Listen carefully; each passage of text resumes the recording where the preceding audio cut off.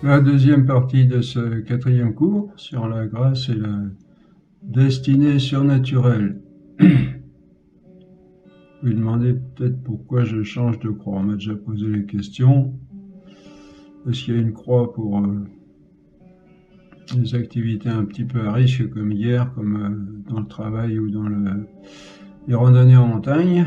Elle est moins fragile, et puis celle-là qui est plus fragile. Mais autrement, voilà. Donc là, nous parlons de la grâce et de la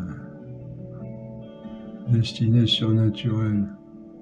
Et on a précisé la dernière fois que la grâce est un accident de genre quantité qui nous transforme réellement au niveau de notre essence avec répercussion sur les facultés d'intelligence et de volonté. Grâce est appelée pour cette raison sanctifiante. C'est ce que n'avait pas reconnu Luther et Calvin, ce qui a entraîné leurs erreurs. Pour eux, il y a les protestants, malheureusement, il n'y a pas de saint, il n'y a pas de sacrement, il n'y a pas de sacerdoce. On se demande dans quelle mesure ils arrivent au paradis. Donc, cette qualité est un habitus quantitatif, c'est-à-dire situé au niveau de notre être, et pas seulement opératif, on a vu ça, mais qui est en même temps source d'habitus opératifs pour adapter nos facultés d'intelligence et de volonté aux actes de foi et de charité. Voilà, on en était resté là. Donc maintenant, on continue. Donc deuxième, c'était pour noter la différence entre nous et le Fils naturel de Dieu, si nous sommes appelés, destinés à devenir fils de Dieu, comme Jésus est déjà fils de Dieu, et on dit fils unique, donc différence. Donc voilà, on a noté la première différence au niveau de la grâce sanctifiante qui nous transforme du point de vue quantitatif. Mais donc ce sont des précisions pour mieux savoir ce que nous sommes et ce que nous devenons. C'est très important quand même, vous savez, parce que, bon, très important, il faut comprendre un minimum de ce dont nous gratifie Dieu, de toutes ses merveilles. Et alors on dira c'est un peu compliqué, c'est un peu technique, c'est un peu philosophique, scientifique. Mais bon, on en a déjà parlé, on a dit déjà que bon, si on passe autant de temps sur les bancs d'école pour apprendre la vie naturelle, il n'y a pas de raison qu'on passe un temps assez conséquent, sans qu'il soit excessif, pour notre vie éternelle, qui commence déjà dès ici-bas. Et donc c'est un peu technique, mais il est bon de savoir où on en est. Qu'est-ce qu'on est? Est-ce que vous comprenez bien qu'il est important de savoir que nous sommes, par cette religion catholique, nous sommes transformés nous-mêmes en Dieu. Il n'y a aucune religion qui comporte ça. Et si on peut appeler ça des religions, les autres, on a vu qu'elles étaient fausses. Il y a toujours dans l'homme un désir de connaître Dieu et d'entrer en relation avec lui, mais les religions elles-mêmes, comme elles se présentent, non seulement elles sont fausses, mais elles sont très dangereuses, en ce sens que souvent c'est le démon qui prend la place, qui veut se faire adorer, on l'a vu. Donc, importance de savoir ce qui se passe en nous quand on rentre dans ce grand plan d'amour de Dieu. C'est pas seulement une appellation, c'est pas seulement une carte comme on rentre au Parti communiste, on a la carte du parti, on rentre au mouvement républicain, on adhère, on paye une cotisation, etc. Mais ça change pas grand-chose. Bon, si, il y a quand même du point de vue des idées. On essaye de rejoindre de se rassembler sous les mêmes idées, mais ça ne transforme pas vraiment quantitativement quelque chose en nous. Alors que là, ça transforme quelque chose en nous, et peu à peu, on le verra par la suite avec les sacrements, etc. Déjà au baptême, on reçoit ces grâces, c'est le début de la vie spirituelle, c'est le début et c'est même il y a tout dans le baptême, c'est le ciel qui s'ouvre et on hérite de tous les mérites de Jésus-Christ, tout ce qu'il nous a apporté par sa passion, par sa venue sur la terre. Et un petit enfant qui meurt avec le baptême, même s'il n'a pas vécu, il a tout le, j'allais dire le pack, il a tout le, bon, faut pas employer ce mot-là parce que c'est quelque chose de très beau, très sérieux, mais il a tout, il est transformé, il est prêt à rentrer dans le paradis, d'autant plus qu'il n'a pas eu le temps de pécher, il n'a pas eu le temps de faire de grosses bêtises, donc il est gratifié de cette vie éternelle, ce bonheur infini que Dieu nous a apporté par Jésus-Christ. Hein. Donc l'importance de connaître ces choses-là, c'est un peu coton à comprendre, mais plus on le comprend, mieux on peut le vivre. Hein. On rappelle toujours nos premiers cours sur la connaissance. Hein. La connaissance est absolument fondamentale dans la vie de l'homme, mais toute sa vie, toutes ses actions, tout ce que nous faisons, tout ce que nous vivons, tout ce que nous sommes, dépend de notre pensée en grande partie. Hein. Tout le reste, ce qui est un peu automatique, comme la digestion, etc., c'est ce qu'on a en commun avec les plantes, c'est très beau, mais et encore, on peut aussi agir là-dessus avec notre connaissance, hein, d'une certaine manière. Donc voilà, importance, donc pour vous encourager à continuer ces cours qui sont un petit peu arides, hein, un petit peu, qui pourraient paraître fastidieux, mais qui sont en fait, si on s'intéresse bien, ils sont très utiles pour mieux vivre, pour vraiment vivre notre vie spirituelle. On rappelle que ces cours sont faits pour vraiment prendre en main notre vie spirituelle, pas seulement rester à la porte, dire je suis chrétien, bon j'ai eu le baptême, etc. Je vais à la messe le dimanche de temps en temps. Mais qu'est-ce qu'il y a derrière? Vous vous rappelez, on a parlé comment dire, des statistiques, non, un sondage qui a été fait auprès des catholiques qui allaient à la messe tous les dimanches. Combien croyaient à la vie éternelle? Quand on dit dans le credo je crois à la vie éternelle, je ne sais plus le pourcentage, mais c'est impressionnant de voir la quantité de gens qui ne croient pas vraiment à la vie éternelle. Hein. C'est quand même l'un des points, sinon le point principal de la religion chrétienne. Bon, il n'y a pas que ça, il y a aussi la vie sur la terre, avoir un sens à sa vie, avoir un but, mais la vie éternelle, c'est quand même pour ça qu'on adhère et puis qu'on vit sur la terre. Hein. Comme dit saint Paul, si nous n'avions d'espérance que pour le Christ que pour cette vie seulement, nous serions les plus malheureux de tous les hommes. Bon, ça comprend aussi, bon. Mais c'est vrai dans un sens que les exigences de la vie chrétienne impliquent, cette vie éternelle et cette merveilleuse vie que Dieu veut nous donner implique une certaine assez, certaines obligations qui ne sont pas faciles du tout. Hein. Et donc, toute l'importance de bien prendre en main notre religion, de la comprendre pour mieux la vivre, et mieux la vivre au sens actif. Hein, au sens, j'ai compris ce que c'est, je suis d'accord, j'adhère, et je fonce, et je rentre dedans. Jésus dit bien, hein, le royaume de Dieu appartient aux gens décidés qui le prennent d'assaut. C'est pas pour les nouilles. Hein, le royaume de Dieu, c'est Jésus nous a montré le chemin. C'est pas un chemin de nouilles. Et nous sommes, voilà, si nous voulons entrer dans il faut de toute façon entrer dans ce beau plan d'amour. Parce que là sont tous nos désirs, il n'y a pas de problème, on pourra tourner la question dans tous les sens. La solution, c'est toujours la même, c'est Dieu qui a le secret. Hein. Nous, on ne peut pas, de toute façon, il y a des quantités qui ont essayé sur la Terre et qui se sont plantés. Hein.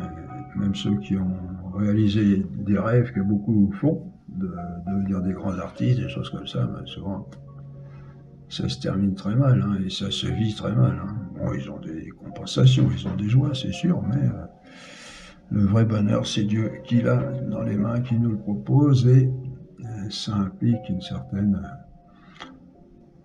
certains efforts, une certaine application. Voilà, on continue. Alors la deuxième différence entre Dieu, le Fils et nous, sait que Dieu le Fils est Dieu par nature, c'est sa nature d'être Dieu. Hein. Il l'est réellement et il est éternellement et nécessairement. Mais nous ne sommes pas Dieu par nature. Par nature, nous ne sommes que des hommes, créatures imparfaites et limitées, infiniment distantes de Dieu, séparées de lui par un abîme infini et infranchissable. Vous voyez ? Vous comprenez, c'est la même différence. C'est fondamental, mais il y a d'autres choses, mais c'est la même différence qu'entre l'infini et le fini, vous voyez ? Vous pouvez imaginer par exemple un nombre fini en mathématiques aussi grand que vous voulez. S'il est déterminé, fini, il est déterminé. Hein. Vous pouvez rajouter une unité, ça va le changer, ça va le faire grossir. Que l'infini, vous ne pouvez pas. L'infini, vous pouvez aller aussi loin que vous voulez, vous ne serez jamais au bout. Il y aura toujours encore et encore. Oui. Il y a un abîme infranchissable entre nous et Dieu. Et là, je parle en termes de quantité, mais en Dieu, en plus, c'est un infini en perfection. Alors, on ne s'imagine pas, hein, en toutes les plus belles qualités qu'on peut rencontrer sur la Terre, il les possède à l'infini et d'autres encore, etc. Hein. Et tout ça dans une unité parfaite. Hein. Il n'y a pas de composition en Dieu. C'est là qu'on a du mal à comprendre. C'est un mystère. Donc Dieu, nous sommes séparés de lui de nature. Nous sommes séparés de lui par un abîme infini et infranchissable. Et si la grâce nous communique la nature divine, c'est une éventualité que notre nature humaine ne comporte pas par elle-même, on l'a dit. Hein. Nous en sommes par nous-mêmes absolument incapables. C'est quelque chose à quoi nous n'avons aucun droit, dont nous n'aurions même pas pu soupçonner la possibilité. Hein. Saint Paul dit que l'œil n'a point vu, l'oreille n'a point entendu, le cœur de l'homme n'a point compris ce que Dieu a préparé pour ceux qui l'aiment. On ne peut même pas imaginer. À un autre endroit, il dit, comment il dit, dans les Éphésiens, vous pouvez demander, enfin en gros ça veut dire, vous pouvez demander autant que vous voulez, Dieu peut faire toujours infiniment plus si vous voulez. Il n'y a pas de limite. Au désir de don de Dieu. C'est de la part de Dieu un pur don, un pur cadeau, une pure générosité. C'est cela que signifie le mot grâce. Vous voyez, quelque chose dont on est incapable par soi-même, sur quoi on n'a aucun droit, qui est pur cadeau, pur don, pure générosité. On reconnaît là l'amour de Dieu. Hein. Alors qu'en plus, on ne l'a pas mérité. Non seulement on ne l'a pas mérité, mais on a mérité tout le contraire. Bon, on verra ça. On en a déjà parlé un peu. Nous vérifions là ce que nous avons dit tout à l'heure, que nous sommes dans notre religion catholique, hein, dans un ordre où tout provient de la pure et seule initiative de Dieu. C'est une affirmation fondamentale du christianisme. Rien n'obligeait Dieu à nous donner cette vie surnaturelle. Il aurait pu nous créer et nous laisser avec notre nature humaine seule, ce qu'on appelle un ordre de pure nature. Hein. C'est une gratification de la vie surnaturelle, est une décision entièrement libre de la part de Dieu. Hein. Libre par rapport à nous et aussi libre par rapport à lui. Parce qu'il y a des gens qui disent il s'ennuyait dans son beau ciel, il a eu besoin de s'occuper, c'est absolument faux. Ça. Dieu en lui-même, il a absolument tout ce qu'il faut, il lui manque absolument rien. Sinon, il ne serait pas Dieu. S'il n'avait pas tout, s'il n'était pas tout, il ne serait pas Dieu. Donc c'est un pur cadeau, complètement gratuit. Hein. C'est là qu'on peut rendre grâce, hein. On peut dire merci, ne pas arrêter de dire merci toute la journée, parce que c'est quelque chose de fantastique. Il faut faire attention à ceux qui disent que Dieu ne peut pas faire autrement que de nous aimer. Oui, ça c'est un autre travers. Parce qu'il est l'amour infini. En prenant pour comparaison le soleil, et en disant, de même que le soleil ne peut s'empêcher de briller, hein, de même, vous avez peut-être déjà entendu ça, de même Dieu ne peut pas s'empêcher d'aimer. Et ça pose un énorme problème, parce qu'ils confondent tout simplement Dieu avec un être inerte, Il pense comme le soleil et qui pense qu'il est soumis au déterminisme de sa nature comme le soleil. Ben non, hein, Dieu est souverainement libre. Il n'y a pas plus libre que lui. Et les décisions qu'il prend ne sont soumises à rien d'autre qu'à sa souveraine liberté. Ne faut donc pas confondre cette vie surnaturelle de la grâce, que notre nature humaine ne comporte pas, et qui est formellement divine, avec le caractère spirituel de notre âme humaine et de nos facultés naturelles d'intelligence et de volonté libre que notre nature humaine comporte. Bon, ce qu'on vient de dire sur Dieu, c'est vrai qu'il est amour infini et qu'il va quand même, c'est ce qui va diriger ses actions, ce qui va diriger ses projets, mais il est absolument libre de choisir qui aimer, comment aimer et que faire dans cet amour, vous voyez. Il est amour en lui-même, mais un amour tout à fait libre et maîtrisé, j'allais dire. Bon, les mots, là, il faut faire attention quand on parle de Dieu, mais pour faire comprendre un peu, vous voyez, il n'est pas poussé par son amour comme s'il ne pouvait pas faire autrement. Ça, c'est complètement faux. Il nous aime, il nous aime d'un amour infini, mais tout à fait conscient, libre et, j'allais dire, presque rationnel. Bon, enfin, il est parfaitement maître de son amour. Hein. Bien que nous ayons été créés à l'image de Dieu par ces dons extraordinaires que sont l'intelligence et la volonté libre, que nous avons par nature, nous ne sommes pas pour autant divinisés, comme la grâce de Dieu nous offre de l'être. On voit ainsi encore de quelle stupidité est cette réflexion que toutes les religions se valent, qu'il n'y a pas grande importance d'appartenir à l'une plutôt qu'à l'autre, et que le mieux à faire est de rester dans celle où on est né. Ah, j'ai rencontré en montagne, là, on a des belles discussions là, avec des gens qui sont en recherche. Et, bon, ben, j'ai essayé d'expliquer en 2 mots la religion catholique. Je sentais qu'il insistait pour gentiment, hein, mais pour dire c'est sûr que si on veut changer, après ça remet en cause pas mal de choses. Je sentais qu'elle disait oui, mais on peut trouver Dieu quand même là où on est, etc. Bon, j'ai pas eu le temps de trop y en dire, mais il faut savoir que il y a du meilleur et du pire hein, dans les religions. Hein, donc stupidité Bon, je dis pas que cette femme était stupide, elle était intelligente, mais il y a des gens comme ça qui disent carrément que toutes les religions se valent. Puis c'est ce que pensent la plupart des gens maintenant, même des catholiques malheureusement, parce qu'on a perdu on est en train de perdre le sel de notre belle religion, apportée par Jésus. Bon, ben ceci serait tout à fait vrai que toutes les religions se valent si la religion ne dépassait pas les possibilités de notre nature humaine, hein, si nous n'avions à connaître Dieu que par l'intermédiaire de ses œuvres et à l'aimer que comme la source de ses biens que nous découvrons par nous-mêmes. C'est ce qu'on appelle la religion naturelle. Les religions se seraient alors trouvées sous des formes variables selon les temps et les lieux, mais en définitive, elles auraient été plus ou moins équivalentes et comparables entre elles. Voyez. Mais à partir du moment où Dieu nous offre une destinée surnaturelle dont nous ne sommes pas nous-mêmes, dont nous sommes par nous-mêmes absolument incapables, et qui provient de la seule et unique nature de Dieu, il n'y a pour réaliser cette destinée surnaturelle que l'unique religion, hein, c'est compréhensible, dont Dieu a pris l'initiative et que lui-même a instituée par son intervention positive dans notre histoire. Vous voyez ? Ça ne veut pas dire que ceux qui n'ont pas la possibilité de connaître le christianisme ne peuvent pas être sauvés.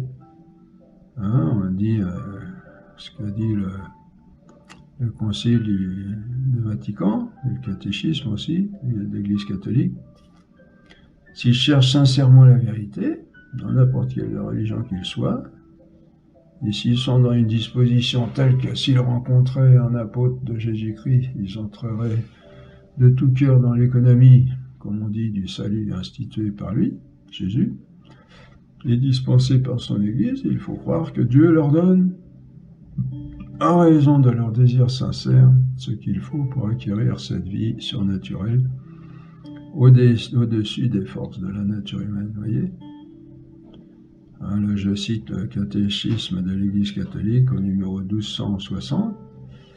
Le Saint-Esprit offre à tous la possibilité, d'une manière connue de Dieu seul, d'être pleinement associés au mystère pascal. Le mystère pascal, c'est là où se réalise notre rédemption et où Dieu nous donne, prépare et donne tous ces beaux cadeaux.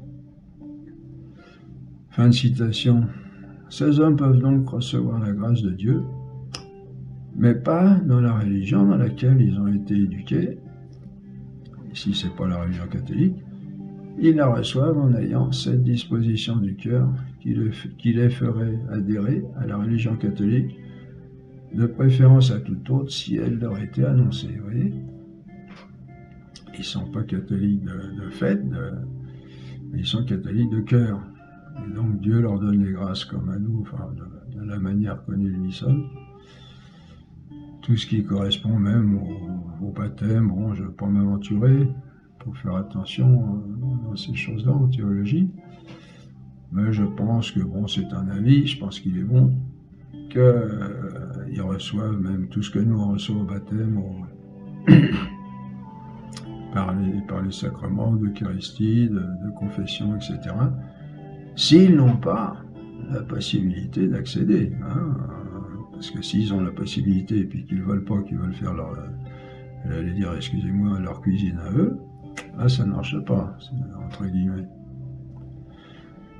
Il faut qu'ils soient absolument dans la possibilité même de connaître la religion catholique, vous voyez, parce que si on la connaît et qu'on est loin, quand on a compris le trésor que c'est, on va tout faire pour parvenir à des gens qui soient capables, qui sont habilités à nous y faire rentrer efficacement, vous voyez. Voilà, on en reparlera dans notre cours sur l'Église, mais il est bon de le préciser. Bon, on a dit l'essentiel là, mais il est bon de le préciser ici de manière à éviter toute confusion, car des erreurs sont très répandues à ce sujet. Comme souvent, il faut passer avec finesse entre deux excès. D'une part, celui où l'on met systématiquement en enfer tous ceux qui n'ont jamais entendu parler de l'Église, parce que pas de salut en dehors de l'Église, ce qui est très vrai, mais il faut préciser. Et d'autre part, l'excès inverse, où on met les mêmes au paradis sans exception, sous prétexte que Dieu est amour. Vous voyez. Seuls vont au paradis, on l'a vu, ceux qui ont, je crois qu'on l'a vu, ou alors c'est là qu'on va le voir peut-être dans ce cours-là, seuls vont au paradis ceux qui ont le désir sincère, celui-ci ou l'autre. Ah oui, c'est ça. Seuls vont au paradis ceux qui ont le désir sincère d'y aller et entrent ainsi dans la sainte volonté de Dieu, que ce soit dans le christianisme ou en dehors du christianisme. Et ceux qui n'en ont pas les dispositions, qu'ils soient en dehors ou en dedans, n'iront pas plus les uns que les autres.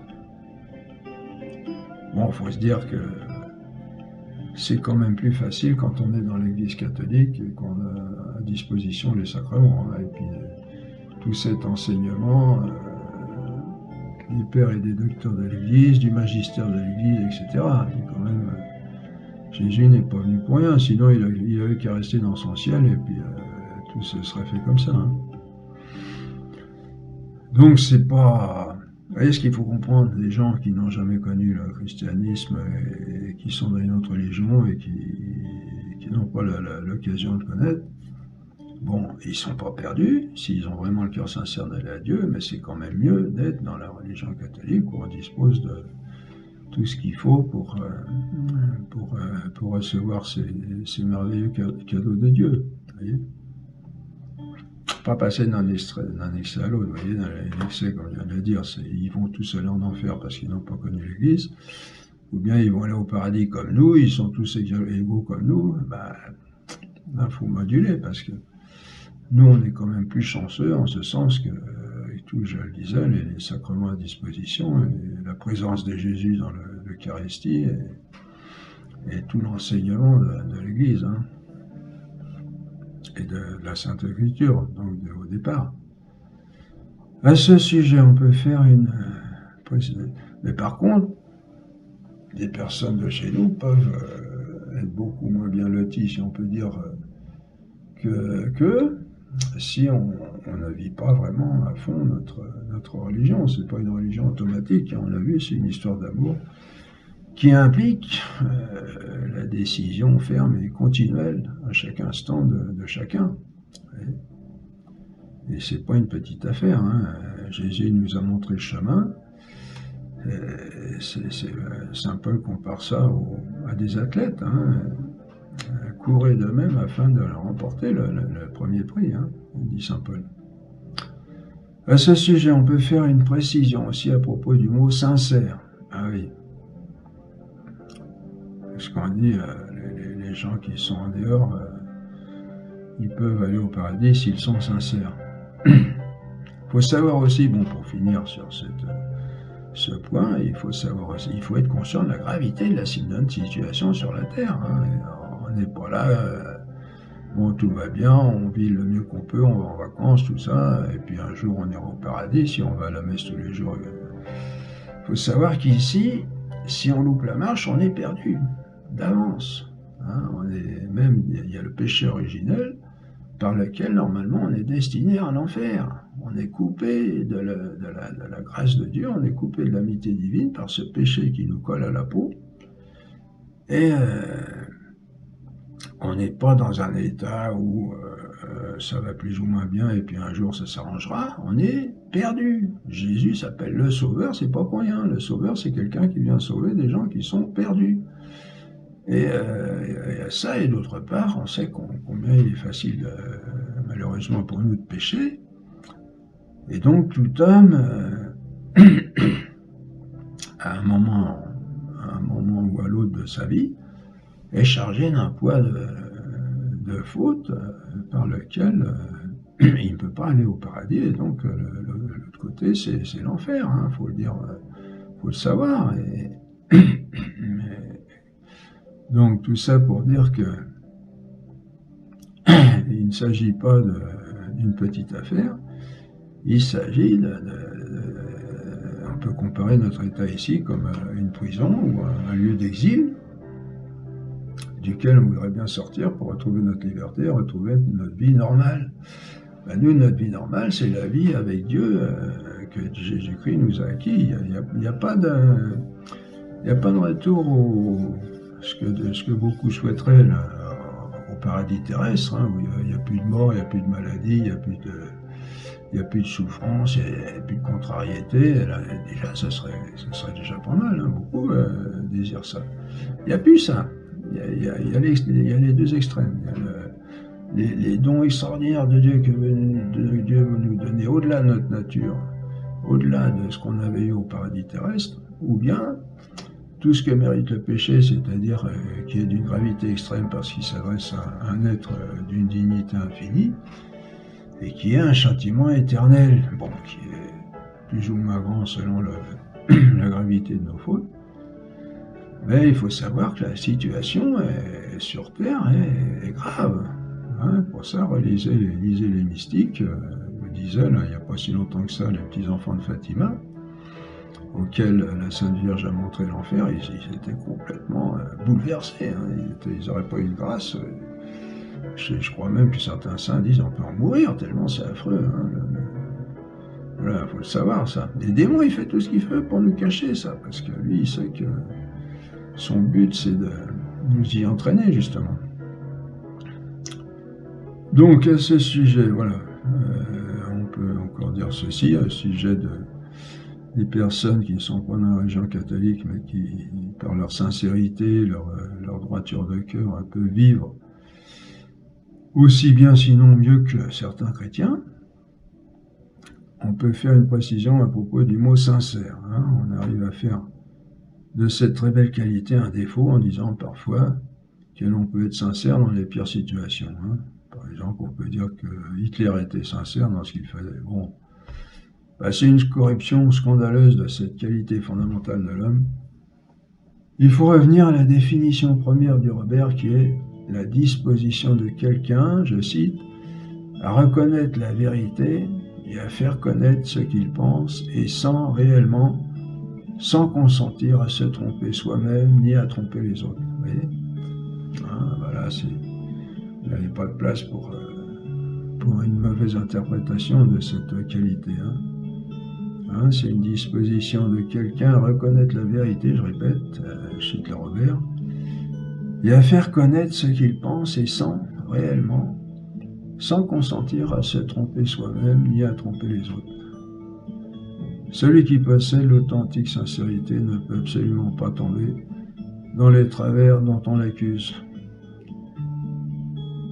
Quand donc on dit qu'on peut faire des choses abominables avec la meilleure sincérité, le mot est employé de façon abusive, parce que si la sincérité, vous comprenez, est une disposition à reconnaître la vérité, il y a longtemps que la sincérité aurait averti les personnes sujettes à de telles abominations qu'elle est dans le mauvais chemin. Corruptio optimi pessimum, comme dit le proverbe latin. La corruption du meilleur est ce qu'il y a de pire. Dieu le Fils est donc Fils par nature, alors que nous sommes fils adoptifs. Des êtres humains adoptés par le libre choix de Dieu, de faire de nous ses fils, appelés à participer à sa nature divine. On voit ainsi que le mot adoption ici n'a pas le même sens que dans celui employé quand on parle de l'adoption dans une famille humaine. Car cette adoption n'est qu'un titre extérieur et juridique dans l'adoption humaine qui ne change rien à l'hérédité. Le fils adopté garde la nature humaine qu'il a héritée de ses parents naturels, avec tout son génotype et son phénotype, c'est-à-dire avec les caractères propres venant de ses géniteurs. Seuls vont changer son éducation, sa formation. Cela n'entraîne rien dans sa nature elle-même, vous voyez. Et l'erreur de Luther et de Calvin a été de considérer l'adoption divine de cette manière. Mais dans le cas de l'adoption par Dieu, c'est notre essence humaine elle-même qui est transformée, comme on l'a exposé. Parce que Dieu est cause de notre existence. L'adoption qu'il nous propose change réellement ce que nous sommes, en nous rendant réellement ses fils, en nous divinisant réellement, en nous communiquant réellement sa nature divine. Vous voyez, c'est la différence entre des parents adoptifs humains qui n'ont pas maîtrise de l'existence, qui ne peuvent rien changer dans l'existence de la personne, bon, sinon du point de vue extérieur, alors que Dieu, lui, atteint l'être en lui-même, l'être dans son existence intime. Il peut le changer, il peut aussi le créer. Pour toute précision supplémentaire, se reporter à la somme théologique de saint Thomas d'Aquin, dans la prima secundae, comme on dit, c'est-à-dire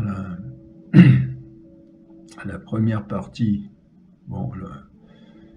la première partie de la deuxième partie, si vous voulez. La somme théologique, il y a trois grandes parties. Et la deuxième est divisée en deux. Donc, prima secundae, ça veut dire la première partie de la seconde. Et il y a une autre.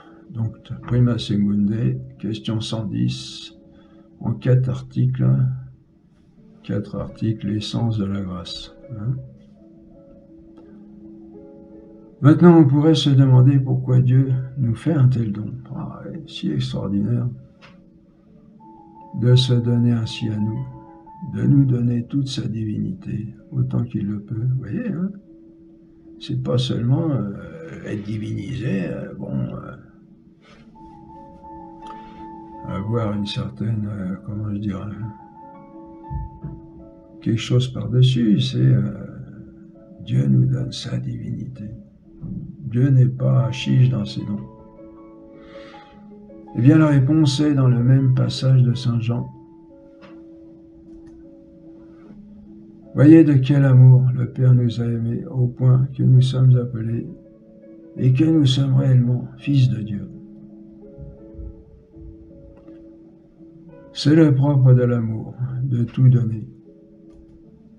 Comme disait sainte Thérèse, Dieu nous aime au point non seulement de nous créer, de nous donner l'existence et la nature humaine avec toutes les perfections qu'elle comporte, mais au point de nous communiquer sa propre nature divine, sa propre vie divine, tout ce qu'il est lui-même comme Dieu, pour nous conduire comme des fils avec leur Père dans une totale communauté de vie et d'amour avec lui, dans une totale intimité et familiarité avec lui, héritant de lui comme des fils de leur Père, tout ce qu'il est lui-même comme Dieu. On a du mal à croire. Hein. Et l'essentiel du christianisme est de nous révéler cela, que Dieu nous aime jusqu'à se donner lui-même totalement à nous par amour.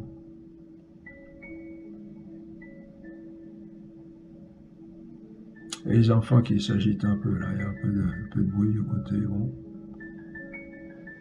Faut faire avec. Donc l'essentiel du christianisme est de nous révéler cela, que Dieu nous aime jusqu'à se donner lui-même totalement à nous par amour. C'est cela la bonne nouvelle, ce que veut dire évangile en grec, la déclaration d'amour de Dieu à l'humanité, c'est que Dieu nous aime au point de se donner lui-même totalement à nous par amour. Et c'est un don totalement gratuit. Et c'est pour cela qu'on l'appelle grâce, mot qui a la, je répète, un mot qui a la même racine que gratuit. C'est un don totalement gratuit, sans aucun mérite de notre part. C'est l'essence même de l'amour. On dit que le monde souffre d'une misère pas possible, de misère matérielle dans les pays sous-développés, de misère morale dans les pays développés, mais ils sont surtout malheureux de ce qu'ils manquent d'amour. Hein. Le plus important pour ces pays sous-développés, comme pour les pays développés, ce n'est pas de leur donner du pain ou de leur dire qu'ils se trompent, ce qu'il faut faire aussi, hein, c'est fondamental. Mais le plus important, c'est de leur annoncer la bonne nouvelle qu'est l'Évangile, cette déclaration d'amour de Dieu à l'humanité. C'est notre mission principale, à nous qui avons reçu gratuitement, sans aucun mérite de notre part, de crier sur les toits cette bonne nouvelle, à temps et à contre-temps, comme dit saint Paul, hein, c'est-à-dire en allant dans le sens de ce qu'il y a de bon chez l'autre et en dénonçant le mauvais, de la faire retentir jusqu'aux extrémités de la terre. C'est le plus important. Ce qui n'empêche pas de donner à manger et de dénoncer le mal, ce qui est aussi annoncer la bonne nouvelle, en fait. Sinon, comment prêcher l'amour de Dieu sans aider ceux qui sont dans le besoin, sans leur donner le pain dont ils manquent? On a vu que le meilleur témoignage, comme la meilleure prédication, c'est l'exemple. Bon, saint Thomas, il dit quand même que devant quelqu'un qui meurt de faim, enfin qui a très faim, le plus important, c'est de lui prêcher la parole de Dieu. Mais bon, il faut, l'urgence, c'est quand même de lui donner à manger tout de suite. Mais le plus important, c'est de lui annoncer la vérité, la bonne nouvelle. On comprend mieux ainsi pourquoi Dieu nous a créés, pour nous combler en fait, pour se donner entièrement lui-même à nous par amour. Il ne pouvait pas nous donner plus, puisqu'il est Dieu et qu'il n'y a pas plus que Dieu. Et c'est pour cela que nous devions être divinisés, pour être à la hauteur de ce don extraordinaire, vous voyez. Dieu nous a dit, Dieu veut tellement nous combler, vous voyez, qu'il nous a donné une capacité capable de recevoir la surabondance de tout ce qu'il veut nous donner. Il ne suffisait pas qu'il nous comble comme nous étions, Il a fallu qu'il nous élève, qu'il nous grandisse pour nous rendre capables, nous donner la capacité de recevoir tout ce qu'il veut nous donner de merveilleux. Vous voyez jusqu'où ça va l'amour de Dieu, puis ça se comprend dans un sens, c'est que si Dieu est amour infini, ça va ensemble. Hein. Dieu nous a créés pour cela, c'est la raison d'être, le but de notre vie. Hein. Le but de notre vie, ce n'est pas un bonheur humain, une perfection humaine à notre taille d'homme, mais la joie absolue, infinie et parfaite, qui est Dieu lui-même, se donnant totalement à nous par amour. Oui. Dans le Sermon sur la montagne, quand Jésus-Christ donne l'orientation de toute la vie chrétienne, il y a une phrase centrale qui semble être la raison d'être de tout le reste, qui indique le but vers lequel orienter notre vie. Quelle est cette phrase centrale des Sermons sur la montagne? Le mieux qu'aurait dit un humaniste contemporain aurait été « Efforcez-vous d'arriver à la meilleure perfection humaine hein, », comme l'ont rêvé certains philosophes. Jésus-Christ, lui, après cette série de préceptes, commençant par « Vous avez appris qu'il a été dit » et moi je vous dis que, comme pour couronner cette série, il dit à la fin, Matthieu 5, 48, « Soyez parfaits comme votre Père Céleste est parfait. » C'est-à-dire, soyez parfaits, non d'une perfection humaine mais divine, de la perfection même de Dieu. Et Jésus-Christ peut exiger cela, parce qu'il a les moyens de le réaliser en tant que Dieu. On a dit tout à l'heure que Dieu aurait pu nous créer avec la nature humaine dans un ordre purement naturel,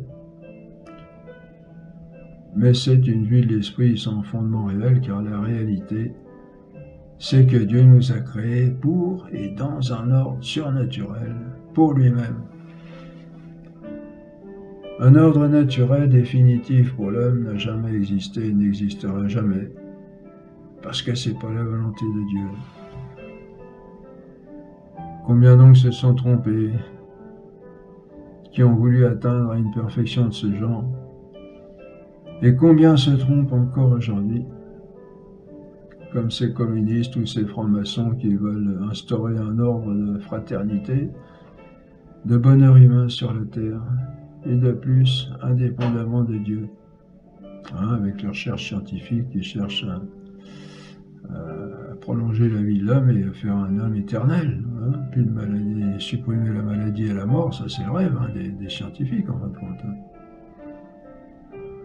Là on ne peut pas être plus dans l'illusion et pourtant, combien se font avoir. Nous avons été créés pour Dieu. C'est fondamentalement inscrit dans notre nature à jamais. Et pour changer cet ordre, il faudrait détruire notre nature. Pardon.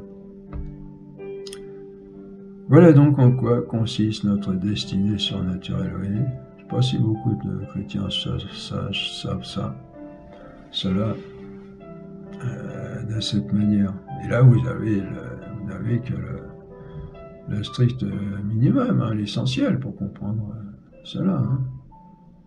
Ouais, il y a des études théologiques par lesquelles on peut approfondir. Voyons maintenant cela plus précisément, c'est-à-dire en quoi consiste le fait que Dieu nous communique sa nature divine, sa vie divine. Nous avons vu que par là, nous sommes réellement transformés. Qu'y a-t-il de réellement transformé? Pour mieux le comprendre, il faut se souvenir de ce qu'on a déjà dit, mais qu'il n'est pas inutile de rappeler, parce que c'est d'une importance capitale. La vie intérieure de Dieu est une vie purement spirituelle, d'intelligence parfaite de lui-même et d'amour parfait de lui-même. Alors, on en a parlé, on l'a vu. Si l'être parfait est une obscurité impénétrable pour toute intelligence limitée, parce qu'il la dépasse, il aveugle comme le soleil aveugle l'oiseau de nuit, cet être n'est pas obscur pour lui-même. Il est en lui-même parfaitement lumineux. Il est intelligence parfaite de lui-même. Il manquerait quelque chose à son infinie perfection s'il ne se comprenait pas parfaitement lui-même. Hein. Dieu est un éclair éternel d'une intelligence infinie, ce que saint Jean a exprimé en disant que Dieu est lumière.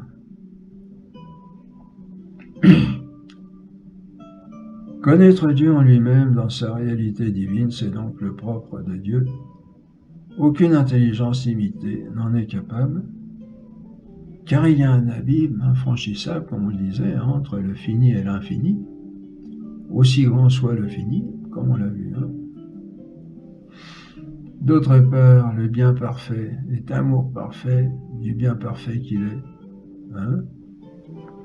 Autrement, un être qui n'aimerait pas parfaitement le bien parfait ne serait pas parfait, ne serait pas parfaitement bon. Hein, si jamais...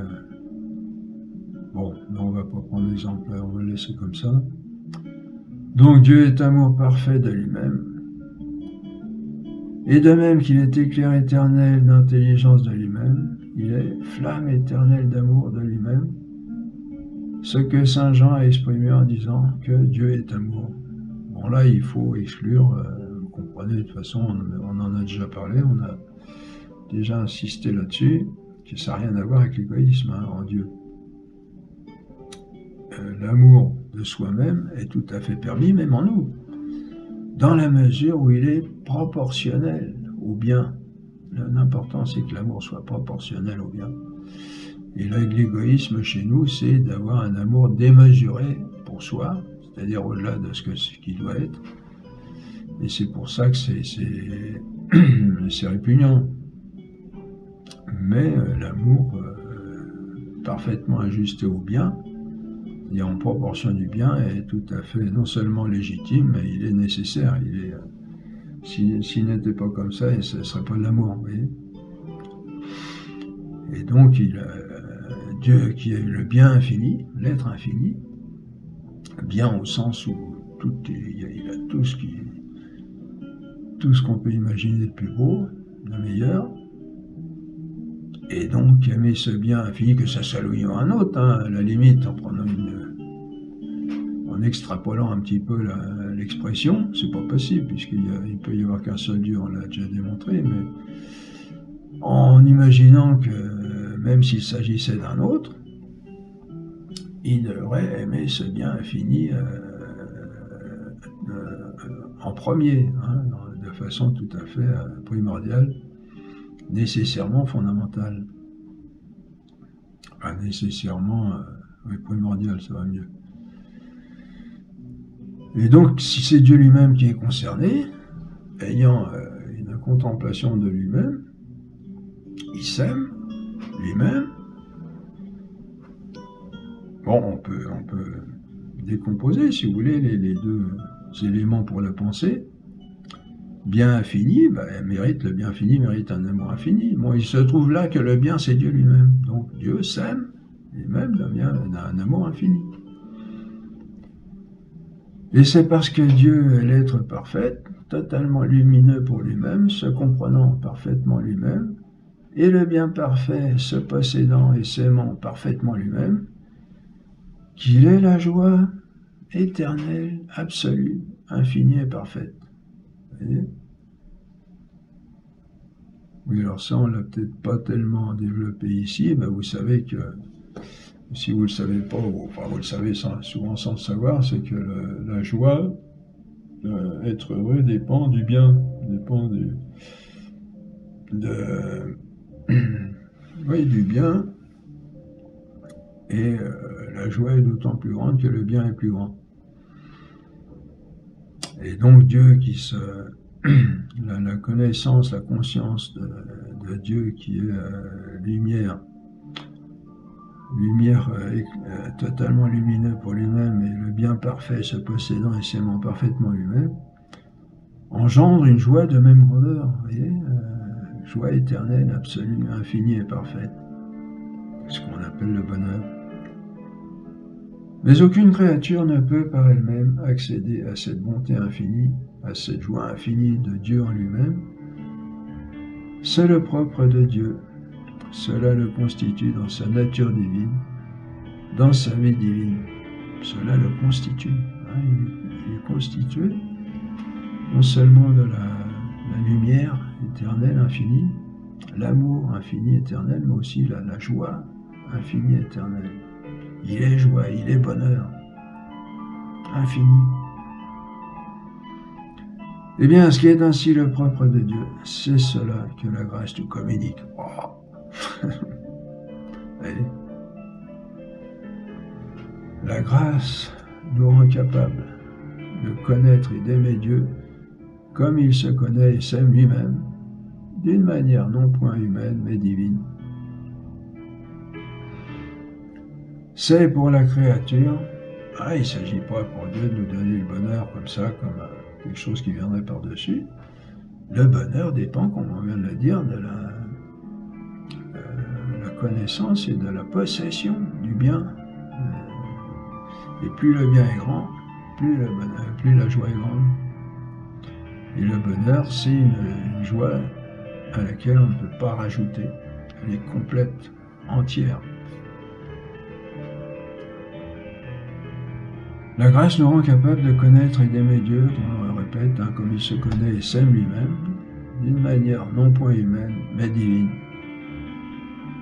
C'est pour la créature non plus connaître Dieu indirectement par l'intermédiaire de ses œuvres, ce qui est déjà pas mal, comme nous en sommes naturellement capables. C'est le connaître lui-même dans sa réalité divine, bon ça je pense qu'on l'a compris, comme il se connaît lui-même. Et c'est aimer Dieu non plus à cause de ses dons, comme nous en sommes naturellement capables, mais pour lui-même et en lui-même, dans sa bonté divine infinie, comme il s'aime lui-même, bon sens du terme. Et par le fait que la grâce est, comme on l'a vu, un habitus entitatif, elle communique à nos facultés d'intelligence et de volonté deux habitus opératifs de connaissance et d'amour de Dieu, qui rendent notre intelligence et notre volonté capables de connaître et d'aimer Dieu d'une manière non point humaine, mais divine, comme il se connaît et s'aime lui-même. Bon, toute proportion gardée quand même. La grâce communique à notre intelligence et à notre volonté le pouvoir de connaître et d'aimer Dieu comme il se connaît et s'aime. Mais nous comprenons bien qu'il n'en va pas de même pour nous de cette connaissance et de cet amour sur terre et au ciel. Car comme dit saint Paul, 1 Corinthiens 13, 12, nous voyons à présent dans un miroir en énigme, mais alors je verrai face à face. À présent je connais d'une manière partielle, mais alors je connaîtrai comme je suis connu. Si la lumière de grâce du Seigneur vient nous élever au-dessus de notre nature pour le connaître, lui, directement, avec sa lumière à lui, et pas seulement à travers de ses œuvres, l'objet de connaissance, lui, l'essence divine elle-même, n'est pas encore directement, clairement accessible à notre connaissance. Mais il demeure dans l'obscurité de la foi, parce que cet objet de la foi n'est pas encore accessible à notre intelligence. Comme on l'a vu, nous ne pouvons en cette vie que le croire. C'est ce que saint Paul exprime, comme vous faites maintenant, si vous suivez bien ce qu'on dit, et vous voyez que ça correspond, ça colle avec la doctrine catholique, et puis avec la logique d'une certaine manière, dans la foi. Là, vous voyez que c'est du niveau de l'acte de foi de notre vie. C'est pas la vision. C'est ce que saint Paul exprime en disant que nous voyons à présent d'une manière obscure, comme dans un miroir en énigme, et pour signifier que nous verrons Dieu ensuite dans sa gloire, dans son essence, en pleine lumière, il dit, mais alors, nous verrons face à face. Je répète, 1 Corinthiens 13, 12. Qu'est-ce que ça veut dire plus précisément? Comme on le disait, Dieu vient soutenir, diviniser notre être, nos facultés, pour les rendre capables de participer à la connaissance et à l'amour avec lesquels Dieu se connaît et s'aime lui-même. Pour comprendre ça, bon, je fais une petite parenthèse là. Se connaît et s'aime lui-même, vous voyez, ça a l'air de nous, instinctivement, nous porter vers quelque chose d'autre. Le monde réel serait tout. On a un instinct, on a un réflexe. Penser que le monde réel, c'est celui-là où on est. Et puis tout ce qui est en dehors, bah, c'est autre chose, on ne sait pas trop quoi. Il faut savoir qu'en Dieu lui-même, quand on dit en Dieu, en fait c'est Dieu lui-même, parce qu'il n'y a pas de différence, ça on a vu. Il est tout et plus que tout et infiniment tout et d'une manière suréminente, comme dit saint Thomas. Tout ce qu'on trouve sur la terre, tout ce qu'on trouve dans la nature, dans la création, est en Dieu, puis bien plus, évidemment. Donc, quand on est appelé, il faut se représenter, mais c'est pas facile, parce qu'on a un réflexe toujours de nous accrocher à cette terre, et c'est un peu normal. Quand on parle de Dieu qui se connaît et s'aime lui-même, et que nous sommes appelés aussi, nous, à entrer dans cette connaissance et à cet amour de lui-même, on a l'impression d'être séparés instinctivement de quelque chose auquel on tient. On a nos racines ici, pour aller ailleurs. Non, il faut se dire qu'en lui, en Dieu, il y a tout, c'est plus, beaucoup plus, infiniment plus que ce qu'on a ici sur la terre et ce que nous sommes, etc. Il faut adopter ce réflexe, si on peut dire, qui dépend d'une vraie connaissance, qui est que Dieu est tout et infiniment tout, plus que tout, dans tout ce qu'il a de plus beau, de plus extraordinaire, de plus merveilleux. On n'aura jamais fini de le comprendre, de le connaître, parce qu'il est infini, et on découvrira et on ne pourra pas se lasser parce qu'il est infiniment beau, infiniment grand, infiniment bon, infiniment tout ce qu'il y a de plus beau sur la terre, et sûrement beaucoup de choses qu'on ne connaît pas, de plus belles, est en lui et premièrement, on n'aura jamais fini de découvrir Dieu parce que autant on en connaîtra, autant il le restera à connaître et plus. Mais aussi, ça sera dans l'ordre de la beauté, de la grandeur, vous voyez, on ne peut pas expliquer, si vous voulez, on peut en dire quelques mots pour amener j'allais dire discerner, amener à sentir, pas imaginer, mais vous voyez, à savoir que en Dieu, ce sera un monde extraordinairement grand et dont on ne se lassera jamais parce que ça sera toujours nouveau. Il y aura toujours du nouveau. On ne s'imagine pas. Parce que la Terre, bon, elle est grande, il y a énormément de choses dedans. Les savants n'ont pas fini d'étudier tout ce qu'il y a dedans.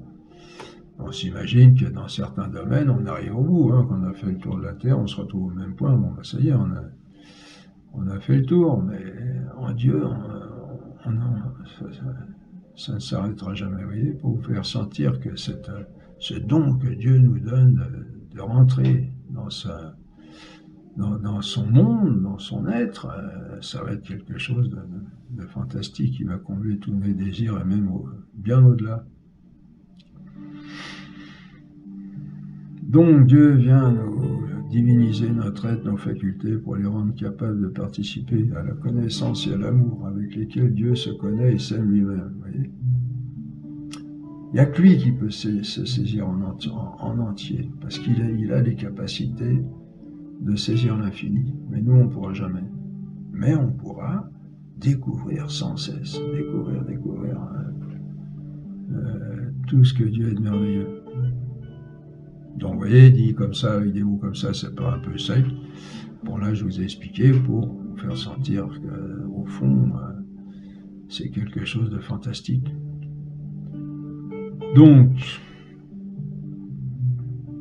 Dieu nous divinise pour nous rendre capables de rentrer, en deux mots, dans sa vision et son amour qu'il a de lui-même. Mais qu'en est-il dans l'état de foi? Donc, l'objet de connaissance et d'amour doit être Dieu. Mais sous quelle forme, si on peut dire, se présente-t-il à la foi? Ah oui, parce qu'on dit, là où on va le voir en pleine vision, on va le connaître, on va l'aimer comme lui se connaisse à lui-même, mais là, avec la foi, comment ça se passe sur la terre? Parce que c'est le même objet, c'est le même Dieu qui est à travers la foi et qui va être au paradis. Il faut répondre que c'est Dieu lui-même, contrairement à la connaissance naturelle, où nous connaissons Dieu à travers ses œuvres, de façon lointaine. Il faudrait répondre que c'est Dieu lui-même. Je répète, mais qu'en est-il dans l'état de foi? L'objet de connaissance et d'amour doit être Dieu, mais sous quelle forme? Si on peut dire, se présente-t-il à la foi? Il faudra répondre que c'est Dieu lui-même. Dieu lui-même, contrairement à la connaissance naturelle, où nous connaissons Dieu à travers ses œuvres de façon lointaine. Dans la foi, c'est Dieu qui se révèle à l'homme par sa parole. Mais sa parole se révèle en langage humain, et l'homme la découvre successivement et progressivement, comme dans sa connaissance naturelle.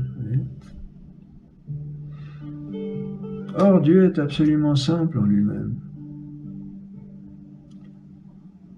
Donc, vu sous cet angle, le problème semble nous forcer à admettre que, dans la connaissance de foi, ce n'est pas Dieu lui-même directement qui est objet de connaissance, mais nous en avons des représentations partielles par la Sainte Écriture, partielles et en définitive lointaines, comme dans la connaissance naturelle,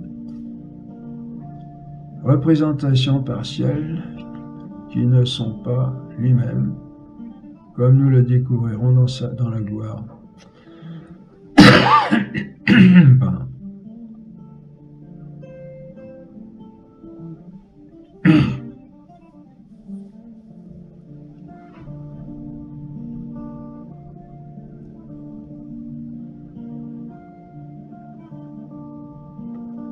Et puis connaître et aimer Dieu lui-même, comme il se connaît et s'aime lui-même. Oui, mais on dit que l'union avec Dieu est intentionnelle, parce qu'elle ne peut pas être substantielle.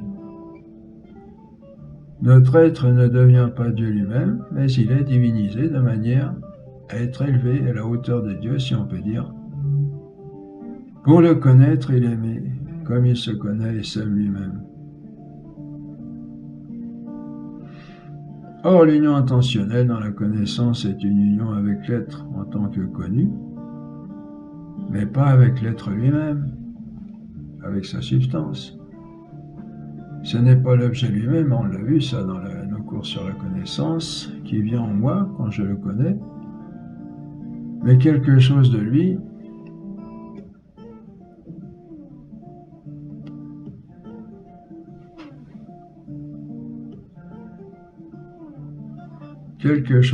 qui me le fait connaître, qu'on appelle la similitude, l'espèce impresse, vous vous rappelez, comme on l'a vu en première année. Là, on pose les objections, on va répondre après. L'union intentionnelle est la plus belle union qui puisse exister, comme on l'a vu, parce qu'elle garde les deux intéressés dans leur intégrité, tout en les unissant de la meilleure manière. Mais elle n'est pas une union réelle avec l'être lui-même, objet de connaissance, vous voyez. Il y a l'être intentionnel intermédiaire, qui est parfaite présence de l'objet connu en nous. Et c'est pas facile à comprendre, c'est qu'il n'existe que pour l'autre, on l'a vu. Pure transparence, mais c'est pas l'objet lui-même. Pour dire que au paradis, on va voir Dieu, on va participer comme lui, une fois qu'on sera divinisé comme il faut, va rentrer dans cette divinité, si on peut dire. Alors que si avec l'objet, avec ici-bas, avec la foi, bon, on peut pas dire que c'est la même chose. Comment on dit? Bon, on dit que l'objet de foi, c'est Dieu aussi lui-même. Et là, on pose des objections. Oui, mais Dieu est absolument simple, on a dit, hein, donc versus cet homme, on est forcé d'admettre que dans la connaissance de foi, c'est pas Dieu lui-même qui est objet de connaissance, mais on a des représentations partielles et de lui. Et puis connaître Dieu, bon, puis la même chose avec l'être intentionnel, c'est pareil, c'est pas Dieu lui-même. S'il y a un être intentionnel entre les deux, bien qu'il soit pure transparence et n'ayant d'existence que pour l'autre, l'objet de foi, bon.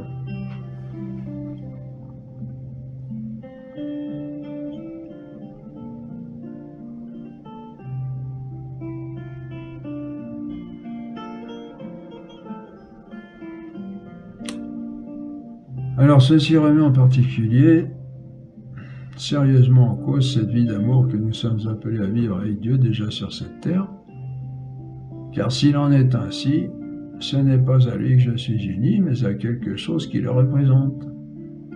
Et cet état ne diffère pas de beaucoup de celui où je l'atteins avec mes seuls moyens naturels, c'est-à-dire l'état philosophique ou des autres religions.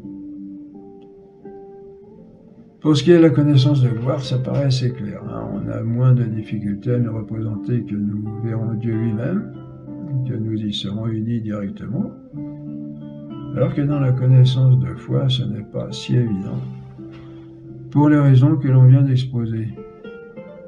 Alors, qu'est-ce qu'on répond à ça?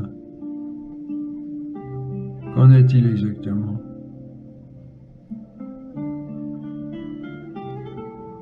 Je regarde où on en est.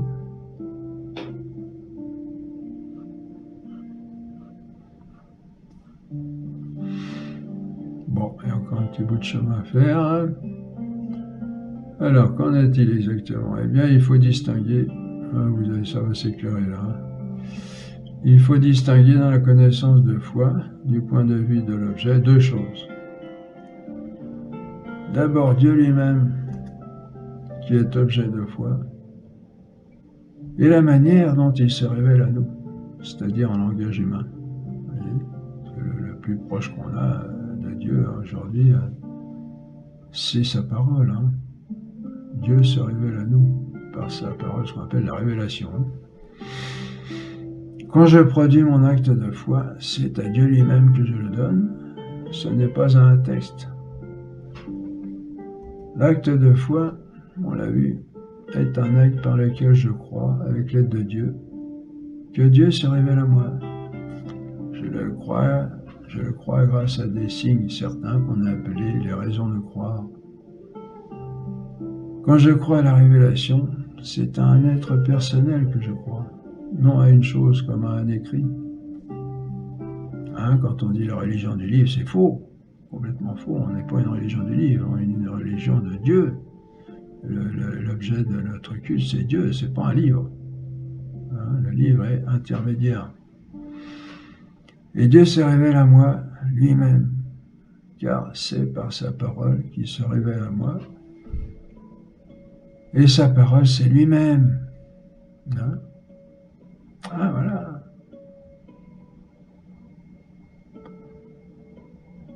C'est pas un livre, mais c'est quand même Dieu. Dans le sens où le livre, c'est sa parole. Et la parole de Dieu, c'est Dieu. Vous voyez ? La révélation de Dieu, c'est Dieu lui-même qui se révèle, non un texte qui nous parle de lui, ce que beaucoup de gens croient. Quand vous ouvrez la Bible, quand vous lisez Dieu. Vous ne lisez pas un texte, vous lisez Dieu. Vous êtes en contact direct avec Dieu si vous le voulez. Ça ne se fait pas comme ça, ça se fait avec la foi. C'est pour ça qu'il faut toujours prier avant de lire la Bible. Donc l'objet de ma foi, sans aucun doute, c'est Dieu lui-même. Et donc la situation n'est pas du tout la même que dans la connaissance naturelle. Dans la connaissance naturelle, je connais Dieu à travers ses œuvres, comme à travers l'empreinte dans la neige, je connais le pas qu'il a laissé.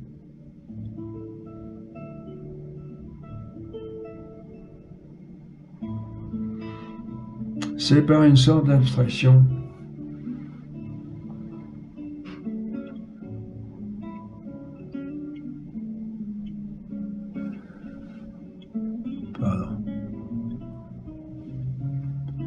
C'est par une sorte d'abstraction que je découvre Dieu à travers ses œuvres, comme venant de lui, mais qui sont d'un autre ordre que lui, en tant qu'elles sont créées, n'ayant pas l'existence par elles-mêmes, alors que lui a l'existence par lui-même, ce qui le distingue fondamentalement de ses créatures. On a vu qu'il n'est pas totalement différent, c'est-à-dire équivoque, ni du même ordre que les créatures que nous connaissons habituellement, c'est-à-dire univoque, mais il est en même temps semblable et d'un autre ordre au niveau de l'être. C'est le Dieu lointain des philosophes, tout à fait certain en ce qu'on connaît de lui, mais de façon lointaine et obscure, obscurité qu'on a appelée métaphysique. Une obscurité métaphysique.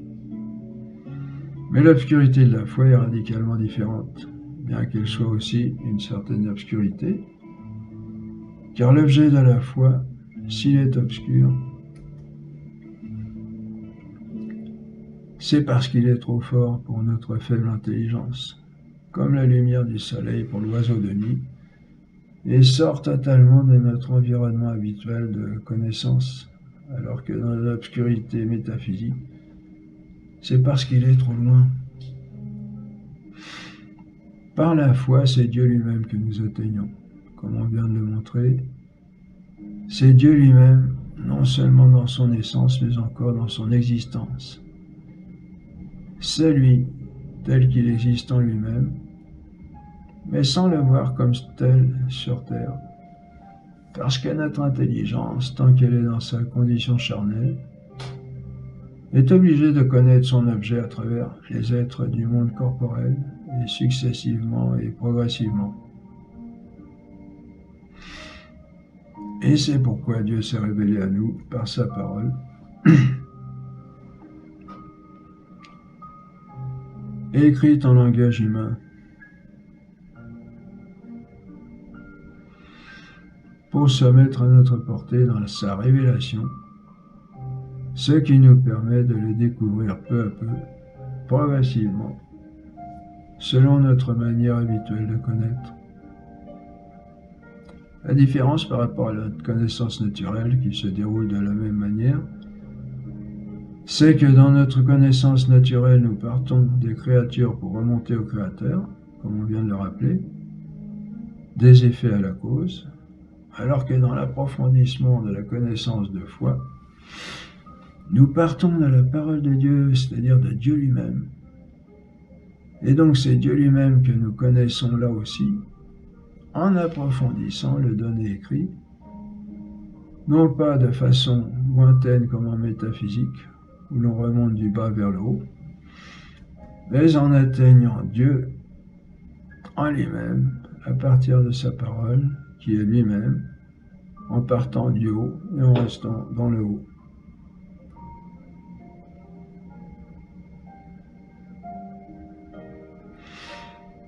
Quelle différence alors entre Dieu que j'atteins par mon acte de foi et Dieu que je connais en cherchant à comprendre sa révélation en langage humain et en l'approfondissant?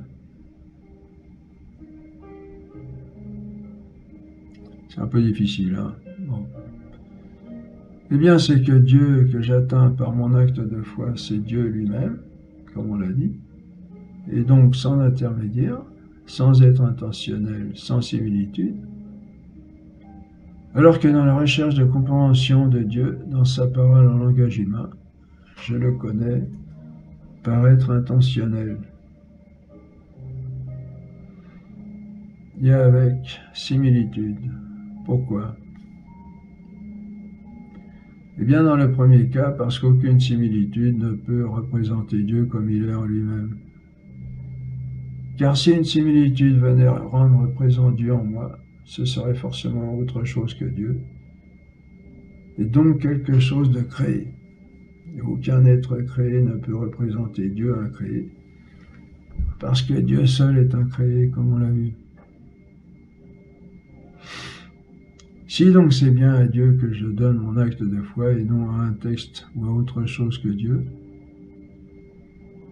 j'atteins là Dieu directement, sans intermédiaire.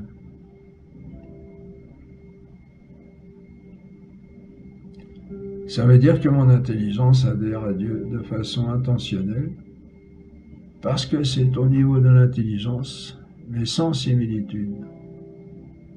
C'est à l'essence de Dieu directement que mon intelligence adhère, sans la voir, poussée par la volonté, qui sans là son bien ultime. Bon, ce qu'il faut retenir, si vous voulez, surtout, c'est peut-être un peu compliqué, c'est que, vous vous rappelez, dans la connaissance, on l'a dit, mais bon, ici, mais peut-être un peu obscur, dans la connaissance naturelle, je connais l'éléphant. Donc l'éléphant est en moi. Et c'est pas l'éléphant lui-même qui est en moi, physiquement. Donc on est obligé, bon, deux obligations. Je connais l'éléphant, donc je le connais, donc il est en moi, sinon je ne connaîtrais pas. Mais c'est pas lui parce qu'il est toujours à l'extérieur.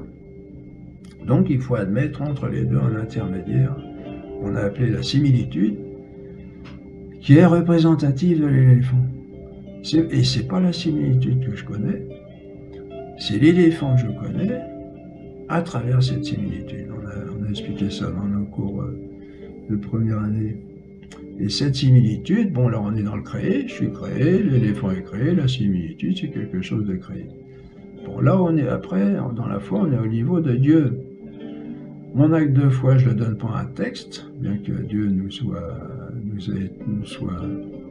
connu par révélation, qui passe par un texte humain. Pourquoi? Parce que Dieu nous a parlé dans le langage humain. S'il avait parlé une langue divine, on n'aurait rien compris. Il s'est mis à notre portée, comme quand je vais en Angleterre, je parle anglais.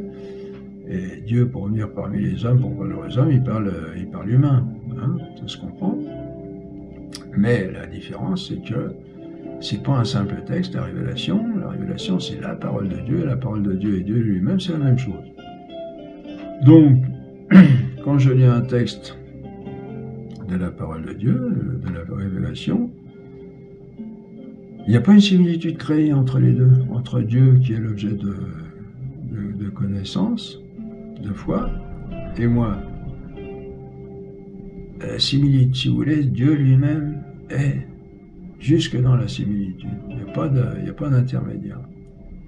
Donc la raison principale, c'est parce que rien ne peut représenter Dieu, rien de créé ne peut représenter l'incréé, si vous voulez, d'une certaine manière. Vous voyez? Donc en gros, c'est ça. Ce qu'il faut retenir, c'est que dans l'acte de foi, pour dire qu'il n'y a pas de différence entre la vision au paradis et la connaissance de la vie de foi sur la terre, c'est que l'objet de foi, c'est toujours le même Dieu. Et ça, il n'y a que la religion catholique qui a ça. Dans les autres religions, on accède à Dieu de façon naturelle, à travers ses œuvres. Puis révélation, non, il faut dire que révélation, il n'y en a que dans la religion catholique. Alors que nous, dans la religion catholique, on a par la foi, par notre acte de foi qui est un nom de Dieu, on le rappelle, hein, mais que nous produisons nous-mêmes dans notre liberté, c'est Dieu lui-même qu'on atteint dans sa parole, et il n'y a pas d'intermédiaire entre les deux. Sauf que, au lieu d'avoir une pleine vision, la pleine vision qu'on aura au paradis, c'est dans une certaine obscurité, parce qu'ici-bas, on n'est pas capable de voir Dieu. Et donc, il se révèle à nous à travers sa parole, en langage humain. Mais l'objet de foi, c'est pas un livre, c'est pas un texte, c'est pas des lettres, c'est Dieu lui-même, qui est, on dirait, caché sous le voile de la foi, derrière ses lettres, derrière sa livre, etc. Vous voyez? C'est la différence, vous voyez, entre... parce que là, c'est Dieu qui se révèle. C'est Dieu qui vient en nous, par sa parole. Et ça, il y a peu de personnes, même des prédicateurs, hein, qui sont conscients de ça, c'est que la parole de Dieu, c'est vraiment Dieu lui-même qui est là. Et quand j'adhère aux vérités, à la vérité qui est dans le... Bon, faut la trouver après, hein, c'est pas évident. Enfin, il y en a des évidentes, mais il y en a qui sont pas évidentes. C'est à Dieu lui-même que j'adhère. Dieu, vérité. Hein, vous voyez un petit peu le... Bon, je vous explique un peu avec des mots, mais vous sentez la différence. Hein. Et puis c'est logique, parce que tout est là, toute la révélation. Qu'est-ce qui fait la véritable religion? C'est que Dieu est venu au-devant de nous. Alors dans les autres religions fausses, c'est l'homme qui va vers Dieu, et qui croit avoir des relations avec Dieu. Bon, il y en a peut-être un petit peu. Alors que là, c'est Dieu lui-même qui vient parmi nous, d'abord son Fils, enfin d'abord, bon, Ancien Testament, son Fils, et puis l'Église. Mais c'est Dieu lui-même qui se révèle. La révélation, c'est Dieu.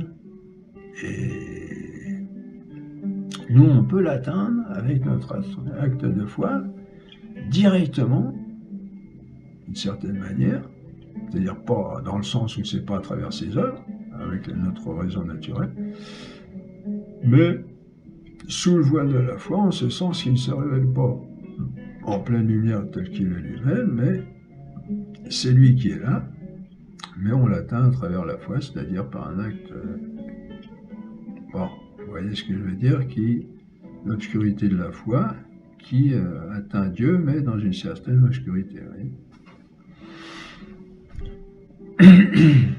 Sinon, il n'y aura pas de différence avec les autres religions. Hein. Et Dieu ne serait jamais venu sur la terre, ce qui est faux, parce que l'histoire, on a démontré dans les raisons de croire que Dieu est vraiment venu nous révéler, se révéler à nous, hein, nous faire connaître. Donc, on continue. Et c'est pourquoi il n'y a pas de différence d'objet entre la connaissance de foi et la connaissance de gloire. Ce qui change, c'est seulement la condition de l'intelligence, qui est dans sa condition charnelle sur la terre, hein, on le sait que trop, c'est-à-dire liée au sens et adhérant sans l'avoir à l'essence de Dieu en y croyant, et qui sera dans sa condition de gloire au ciel, hein, la condition de l'intelligence, elle sera dans sa condition de gloire au ciel, c'est-à-dire directement et ouvertement fécondée par l'essence de Dieu. Si vous vous rappelez, en première année, c'est pas l'espèce impresse qui va féconder la similitude, qui va féconder l'intelligence, c'est Dieu lui-même, directement et ouvertement, l'essence de Dieu. C'est ce que nous cherchons à comprendre ensuite dans le donné révélé.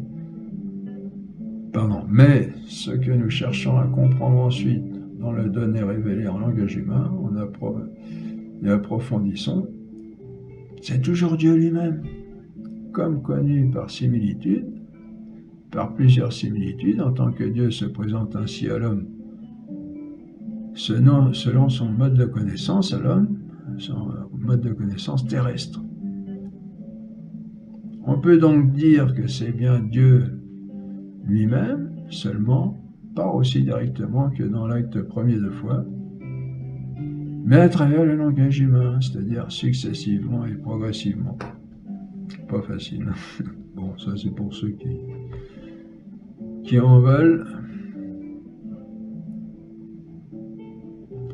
On voit ainsi toute la différence avec la connaissance naturelle et quelle merveille Dieu a trouvé là pour se révéler, s'unir à nous comme il est en lui-même, sans aucune diminution, tout en respectant notre condition terrestre. Vous voyez, ça la difficulté pour Dieu, si on peut dire. Hein, c'est de se révéler à nous comme il est, lui-même, pas sans intermédiaire, mais dans la condition où l'on est, c'est-à-dire on connaît les choses sensiblement et puis avec des textes, hein, avec un langage. Deuxième question posée plus haut. Comment dit-on qu'on est uni là à Dieu lui-même de façon intentionnelle, puisque l'union ne peut pas être substantielle, comme on l'a vu? Comment dit-on qu'on est uni là à Dieu lui-même de façon intentionnelle, alors qu'une union de ce genre, on vient de le voir, est une union par similitude, et non avec l'être lui-même, comme on l'a vu en première année. Ben, la réponse découle de ce qu'on vient de dire. Dans une connaissance ordinaire, je connais l'être par l'intermédiaire, par similitude, mais là, du fait que l'objet de ma foi est Dieu lui-même, et non quelque chose de lui, parce qu'aucun intermédiaire créé ne peut représenter l'incréé, comme on disait, c'est bien à Dieu lui-même que je suis uni intentionnellement, contrairement à toute autre connaissance naturelle de l'homme, où il est uni intentionnellement par similitude, parce que l'être physique ne peut pas venir dans le connaissant. Il y a donc union intentionnelle avec Dieu,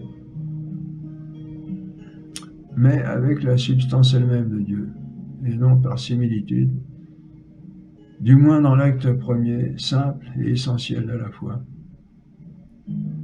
Et on ne peut pas dire que cet objet soit en dehors de l'intelligence, pour la raison qu'on ne le connaît pas en pleine lumière, parce que l'intelligence y adhère comme à un objet qu'elle verrait en pleine évidence, sauf que l'évidence est remplacée par la motion de la volonté la poussant à adhérer, parce que la volonté sans là son bien ultime, mais l'adhésion de l'intelligence est là, comme dans la pleine évidence. Et donc la grâce nous fait posséder au-dedans de nous Dieu lui-même, comme objet connu et aimé, présent réellement au-dedans de nous, dans notre connaissance et notre amour, comme objet connu et aimé. Par suite, la grâce nous fait posséder réellement la joie absolue, infinie et parfaite qui est Dieu, possédé par nous au-dedans de nous, comme objet connu et aimé. Bon, j'espère que vous êtes encore vivants.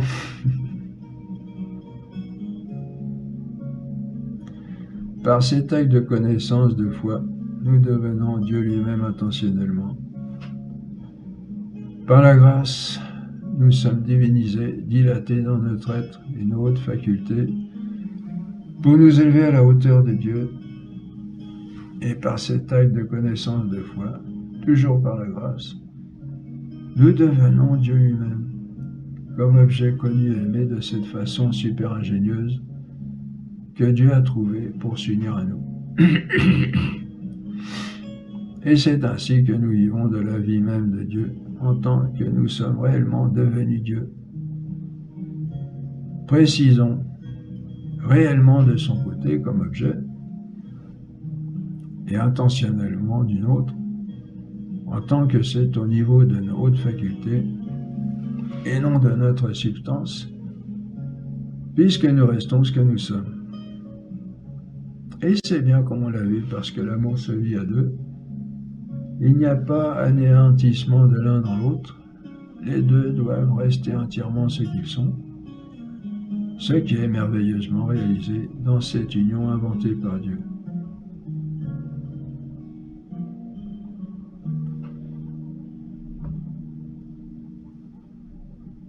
Et quel objet se présente à nous de cette façon? Dieu lui-même, le bien infini, au-dessus duquel il n'y en a pas d'autre. Quelle merveille de notre Seigneur! Merveille qui commence déjà par la création de l'homme avec une intelligence qui seule nous rend capables de vivre une telle union. L'intelligence avec son amplitude infinie, ayant seule la capacité de Dieu, c'est-à-dire la capacité pour un être infini, ainsi que la volonté d'une amplitude de même grandeur pour le bien infini. Et seul Dieu peut combler cette amplitude infinie de l'homme.